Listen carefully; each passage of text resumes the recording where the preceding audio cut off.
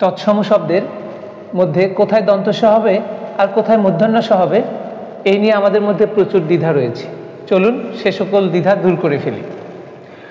তৎসম শব্দের কোথায় দন্তস কোথায় মূর্ধন্য স হবে এটা নির্ভর করে স এর পূর্বে স্বরবর্ণের উচ্চারণ হিসেবে কি আছে।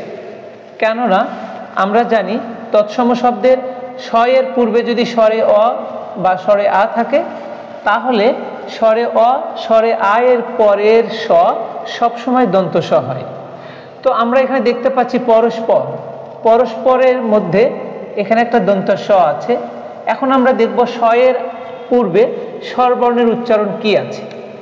র, আমরা র উচ্চারণ করতে গিয়ে এখানে একটা স্বরে অ এর উচ্চারণ পাচ্ছি, স্বরে অ এর উচ্চারণ পাচ্ছি। যেহেতু এখানে স্বরে অ এর উচ্চারণ পাচ্ছি সুতরাং অ এর পরে তৎসম শব্দের মধ্যে সবসময় দন্ত স হবে। আবার পরিষ্কার, এখানে আমাদের মূর্ধন্য স আছে। তো আমরা এই স এর পূর্বে স্বরবর্ণের উচ্চারণ কি পাচ্ছি দেখি।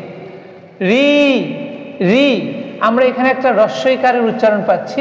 সুতরাং হ্রস্বইকারের পরে তৎসম শব্দে সবসময় মূর্ধন্য স হবে। আবার পুরস্কার, পুরস্কারের মধ্যে দন্ত স হবে কারণ স এর পূর্বে র আছে আর র এর উচ্চারণ করতে গেলে আমরা অ এর উচ্চারণ পাচ্ছি। সুতরাং এটার পরেও হবে দন্ত স।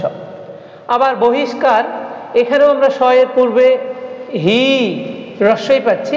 সুতরাং এখানেও আমাদের মূর্ধন্য স হবে। বনস্পতি, বন, ন, স এর পূর্বে আমরা স্বরবর্ণের উচ্চারণ পাচ্ছি ন মানে অ এর উচ্চারণ পাচ্ছি। সুতরাং এরপরেও দন্ত স হবে। অনুষ্ঠান, স এর পূর্বে আমরা পাচ্ছি নু, নু হ্রস্বও পাচ্ছি। সুতরাং এরপরেও আমাদের হবে মূর্ধন্য স। বাচস্পতি, স এর পূর্বে আমরা পাচ্ছি চ, অ এর উচ্চারণ পাচ্ছি। সুতরাং এটার পরেও দন্ত স হবে। অনুষঙ্গ, নু, স এর পূর্বে আমরা নু পাচ্ছি, এখানেও আমরা হ্রস্বও পাচ্ছি। সুতরাং এরপরও হবে মূর্ধন্য স। ভাস্কর, ভাস্বর, এখানে ভা, এখানে ভা এর উচ্চারণ আমরা পাচ্ছি স্বরে আ। তার মানে স এর পূর্বে আমরা স্বরে আ এর উচ্চারণ পাইলাম। সুতরাং এরপরেও হবে দন্ত স। ঔষধ, স এর পূর্বে আমরা ঔ পেয়েছি, ঔ, ঔ, সুতরাং এখানেও আমাদের হবে মূর্ধন্য স। নমস্কার, ম, স এর পূর্বে ম আমরা অ এর উচ্চারণ পাচ্ছি। সুতরাং এরপরেও হবে দন্ত স। কৃষক, ক্রি, স এর পূর্বে আমরা ক্রি হ্রস্বই পাচ্ছি। সুতরাং এখানেও হবে আমাদের মূর্ধন্য স।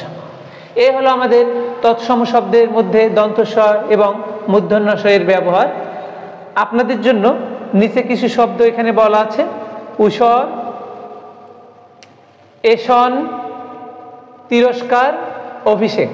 আপনারা এই চারটি শব্দের মধ্যে যে স এর ব্যবহার আছে সেই কোন স হবে এটা আপনারা সঠিক উত্তর করে কমেন্টে জানাবেন। আল্লাহ হাফেজ।